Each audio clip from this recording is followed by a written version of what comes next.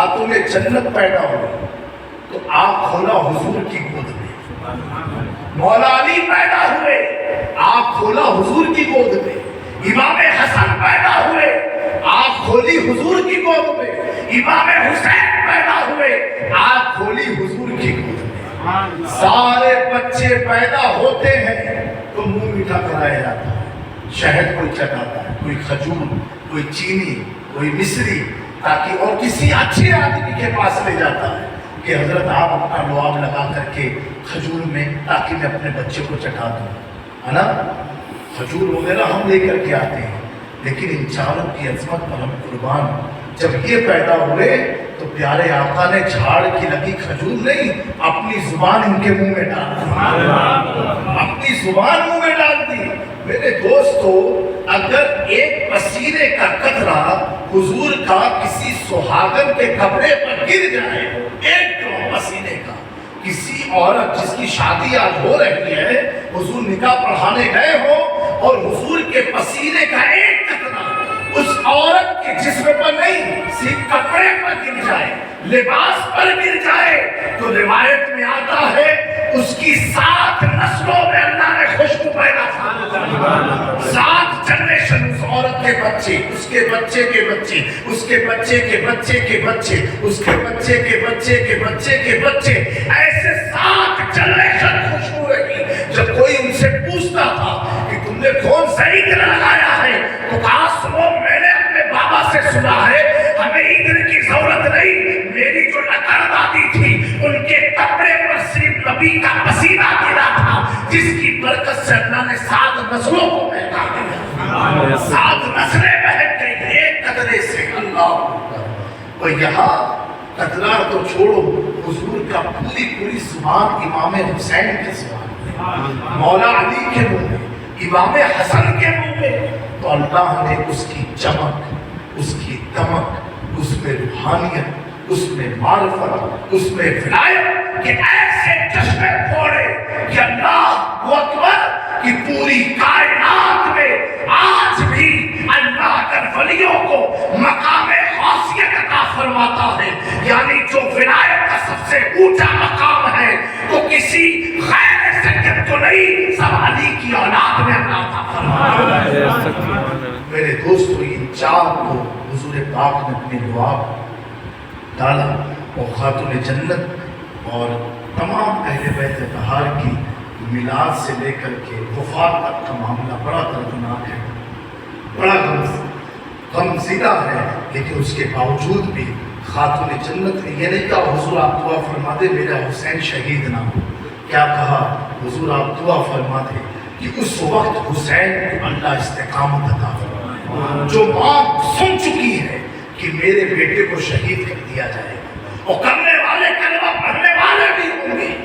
بتاؤ کیسی تکلیف خاتون جنت کے جگر پر ہوگی، اس کے باوجود یہ دعا نہیں مانگی کہ یا رسول اللہ دعا فرما دے میرا بیٹا بچ جائے، بلکہ یہ کہا اس وقت میرے بیٹے کے قدم میں اللہ استقامت عطا فرمائے، یعنی میرا بیٹا شہید ہو جائے لیکن لا الہ الا اللہ اس کے لفظ سے جاری رہے۔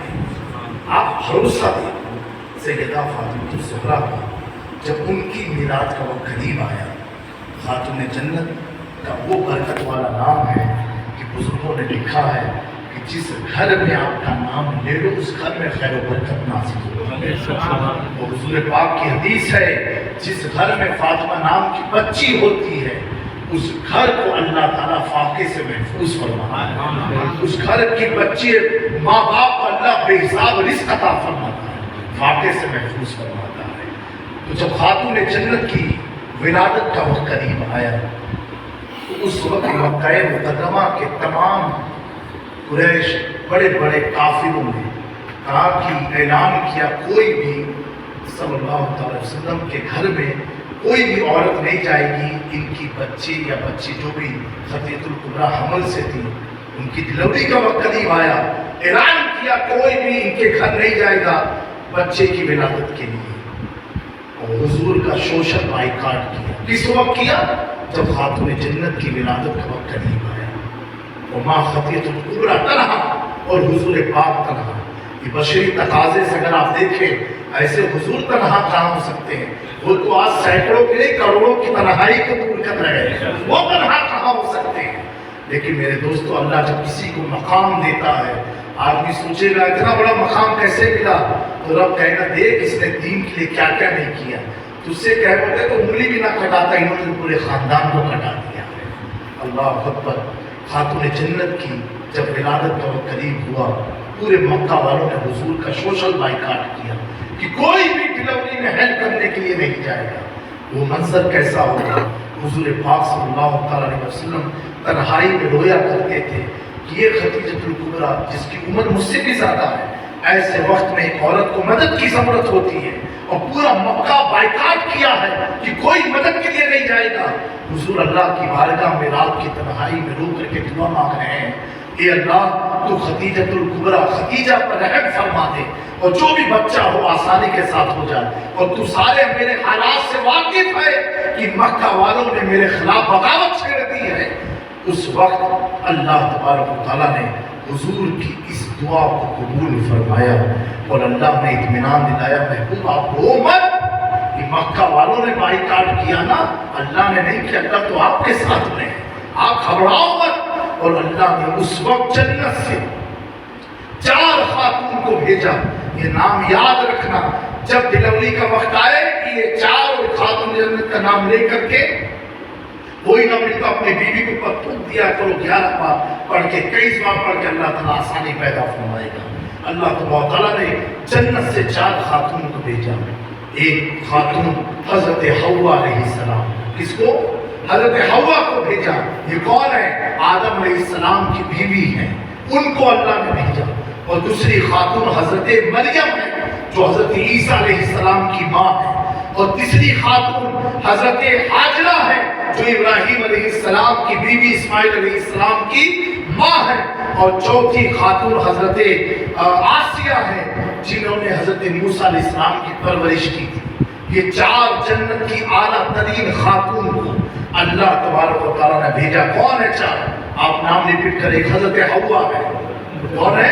حضرت حضرت حوا ہے، اور دوسری حضرت مریم، بولیے مریم، حضرت مریم، پہلا کون تھا؟ حضرت حوا، اور دوسرا مریم، اور پھر تیسرے نمبر حضرت حاجرہ، حضرت حاجرہ، یہ کون ہے؟ حضرت ابراہیم کی بیوی ہے، اسماعیل علیہ السلام کی ماں، اور چوتھے پر کون؟ حضرت آسیہ جنہوں نے موسیٰ علیہ السلام کی پرورش کی تھی۔ ان 4 خاتون کو اللہ نے بھیجا، کس کے لیے بھیجا؟ جنت سے، خاتون جنت کی ولادت کے وقت میں بھیجا۔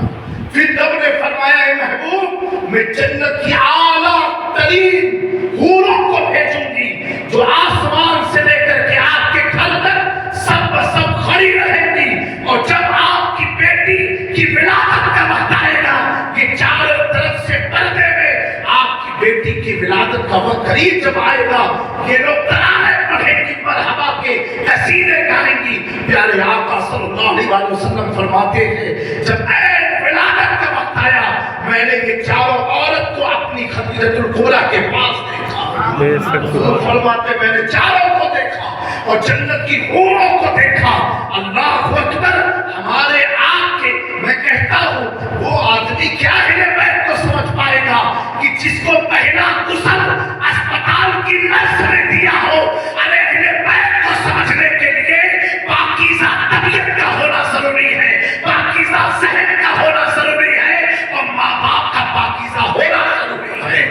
سیدوں کو وہی سمجھ سکتا ہے۔ میرے آقا نے فرمایا جس کا خون حلال ہوگا وہی میری آن سے محبت کرے گا۔ میرے دوستو یہ 4 خاتون کے ساتھ جب خاتون جنت کی میلاد ہوئی تو روایت میں آتا ہے کہ جنت کی حور نے خاتون جنت کو اپنی آغوش میں لیا، اور لینے کے بعد جنت میں لے کر کے چلی گئی۔ وہاں پر غسل ہو کر کے پھر خاتون جنت لباس کے ساتھ دنیا میں تشریف لائی۔ اتنا اونچا مقام ہے سیدہ فاطمہ الزہرا کا۔ اللہ اکبر۔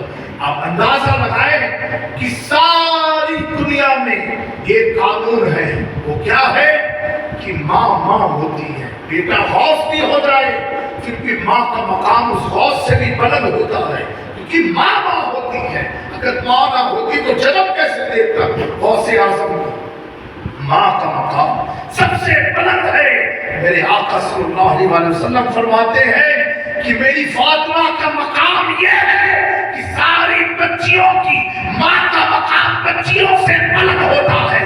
فاطمہ کا مقام یہ ہے کہ فاطمہ کا مقام اپنی ماں سے بھی اللہ نے خدیجہ کبریٰ سے بھی بلند مقام سیدہ فاطمہ الزہرا کا ہے. حضور سے روایت ہے جب خاتون جنت آتی تھی تو ماں خدیجہ کبریٰ بھی تعظیم میں کھڑی ہو جاتی تھی. اللہ اکبر. صحابہ فرماتے ہیں کہ ہم لوگوں نے بارہا دیکھا آپ سب اپنے بچوں کو چومتے ہیں, پیشانی چومتے ہیں, گال چومتے ہیں, ہاتھ چومتے